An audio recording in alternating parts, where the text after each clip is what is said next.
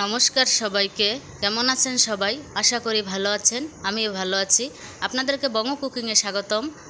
আজকে আমি রান্না করব ছোট চিংড়ি মাছ দিয়ে ডাঁটা ও আলু দিয়ে চচ্চড়ি। এটি একটি দারুণ রেসিপি। চলুন আর কথা না বাড়িয়ে আজকের রেসিপি শুরু করা যাক। আমি ডাঁটা আর আলু একসাথে কেটে নেব।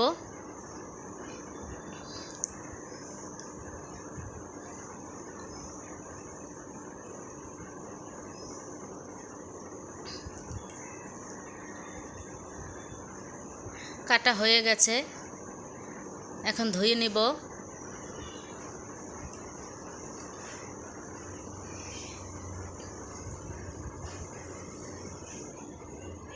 ডাঁটা চচ্চড়ি বানানোর জন্য পরিমাণ মতো সরিষা,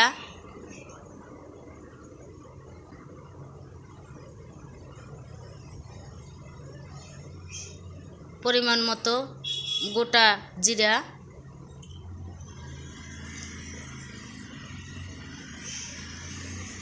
কয়েকটা কাঁচামরিচ ও কয়েকটা শুকনো মরিচ একসাথে বেটে নেব।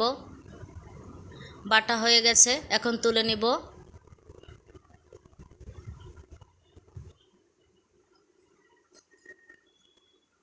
চুলায় একটি কড়াই বসিয়ে দেব। কড়াই পরিমাণ মতো তেল দিয়ে দিব।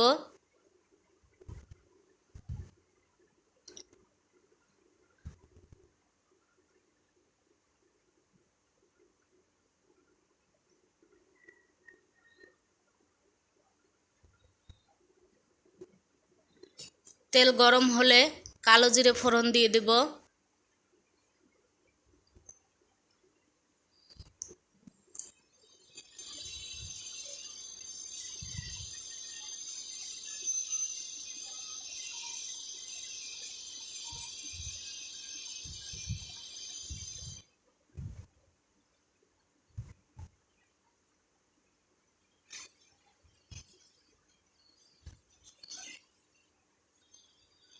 এরপরে বাটা মশলাটা একটু জল দিয়ে গুলে দিয়ে দিব। এবার একটু নাড়াচাড়া করে দেব।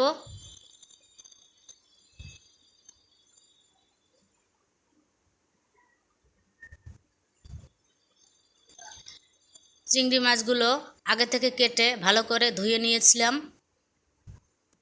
এবার চিংড়ি মাছগুলো দিয়ে দিলাম। এবার আরেকটু নাড়াচাড়া করে দেব।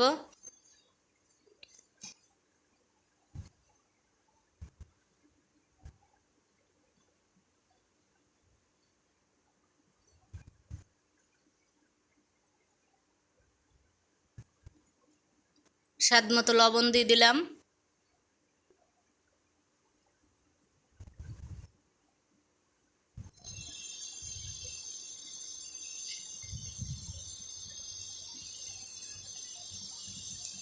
পরিমাণ মতো হলুদের গুঁড়ো দিয়ে দিলাম।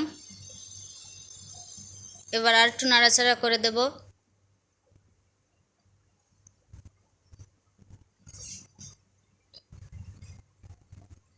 ভালোভাবে মশলাগুলো কষিয়ে নিয়েছি।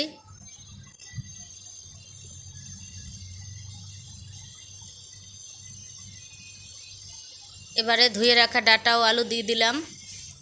ডাঁটা ও আলু দিয়ে আমি আরও 2 মিনিটের মতো কষিয়ে নেব মশলাগুলো ডাঁটা ও আলুর সাথে।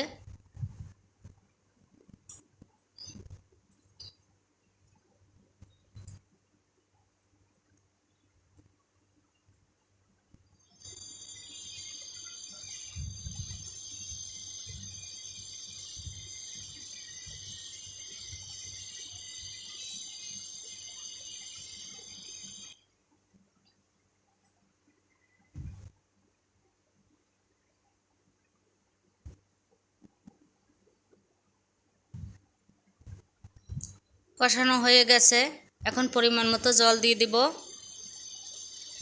জল দিয়ে আবার একটু ভালোভাবে নাড়াচাড়া করে দেব।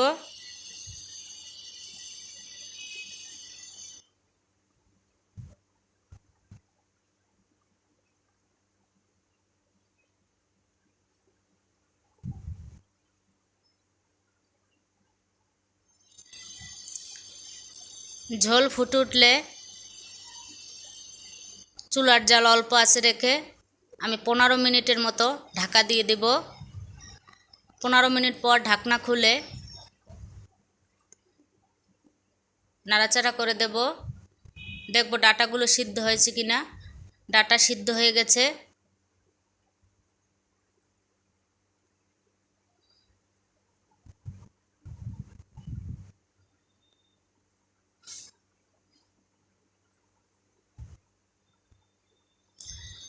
নামানোর আগে সামান্য পরিমাণে একটু চিনি দিয়ে দিব।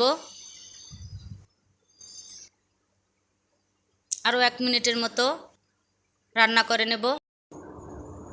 তৈরি হয়ে গেল দারুণ স্বাদের আলু ও চিংড়ি মাছ দিয়ে ডাটার চচ্চড়ি। ধন্যবাদ সবাইকে। আপনারা এভাবে ডাটা চচ্চড়ি করে খাবেন, খেতে অসাধারণ লাগে। ভালো লাগলে লাইক, কমেন্ট, শেয়ার ও সাবস্ক্রাইব করে পাশে থাকবেন। ভালো থাকবেন। খুব তাড়াতাড়ি দেখা হচ্ছে বঙ্গ কুকিংয়ের নতুন আরেকটি রেসিপিতে।